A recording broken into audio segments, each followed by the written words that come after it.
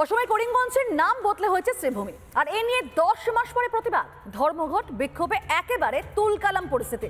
স্থানীয়দের দাবি যে উত্তেজনার পিছনে ইন্ধন দিচ্ছে ইন্ডি জোট। সরকারের দাবিটি শ্রীভূমির নাম রবীন্দ্রনাথ ঠাকুরের দেওয়া এবং তাকে সম্মান জানানো, তাহলে কিসের এত আপত্তি ইন্দির?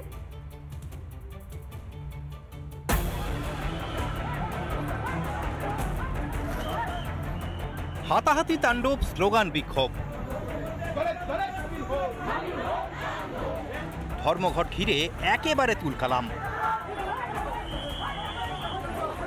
উত্তেজনার এই ছবি অসমের শ্রীভূমির।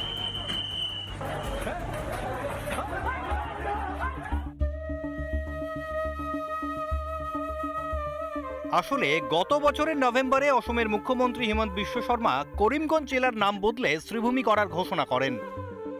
এই নামের নেপথ্যে রয়েছে রবীন্দ্রনাথ ঠাকুরের স্মৃতি। 1919 সালে সিলেট সফরের সময় করিমগঞ্জে প্রাকৃতিক শোভা থেকে কবিগুরু লেখেন, মমতাবিহীন কালস্রোতে বাংলার রাষ্ট্রসীমা হতে নির্বাসিতা তুমি, সুন্দরী শ্রীভূমি। রবীন্দ্রনাথ ঠাকুরকে সম্মান জানাতেই করিমগঞ্জের নাম বদল করে অসম সরকার। বাঙালি প্রধান করিমগঞ্জে তখন উৎসবের আমেজ।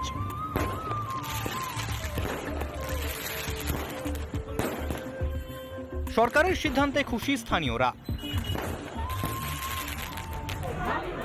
10 মাস পর আচমকা শুরু আন্দোলন। স্থানীয়দের দাবি এর পেছনে রয়েছে কংগ্রেস, যার দোসর বাম। প্রথমত করিমগঞ্জ কোন করিমের নামে সেটা ফার্স্ট ওরা বলুক যে কেন হঠাৎ করিমগঞ্জ। শশাঙ্কর কর্ণসুবর্ণ, সেই কর্ণসুবর্ণের নাম হয়ে গেল মুর্শিদাবাদ। তার 1000 বছর পর বোধহয় মুর্শিদ কুলি খায় এসছে, তার নামে মুর্শিদাবাদ হয়ে গেল। শুধু আসাম না, আপনারা এরপর রেডি থাকুন, পশ্চিমবঙ্গে কবে থেকে আন্দোলন শুরু করবেন। এখানেও আমরা বহু নাম পরিবর্তন করবো আগামী দিনে। নাম শ্রীভূমি রবীন্দ্রনাথ দিয়েছিলেন 1919 সালে, কিন্তু তারও আগের থেকে দেখা যায় মহাভারতের যুগের আমরা যে প্রদেশগুলোর নাম পাই তার মধ্যে কিন্তু এই আসাম, শ্রীভূমি, তার পার্শ্ববর্তী এলাকা এবং বঙ্গদেশের নাম ছিল পুন্ড্রবর্ধন, এই নামগুলো পাওয়া যায়।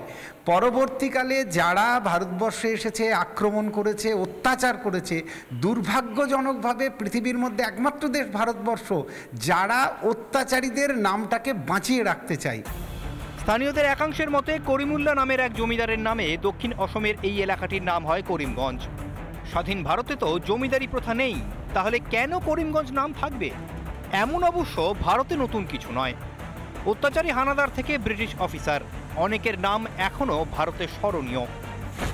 নালন্দা ধ্বংসকারী বখতিয়ার খিলজির নামে বিহারে বখতিয়ারপুর স্টেশন রয়েছে। ব্রিটিশ গভর্নর চার্লস ক্যানিংয়ের নামে দক্ষিণ 24 পরগনার ক্যানিং। কলকাতায় ক্যানিং স্ট্রিটও রয়েছে।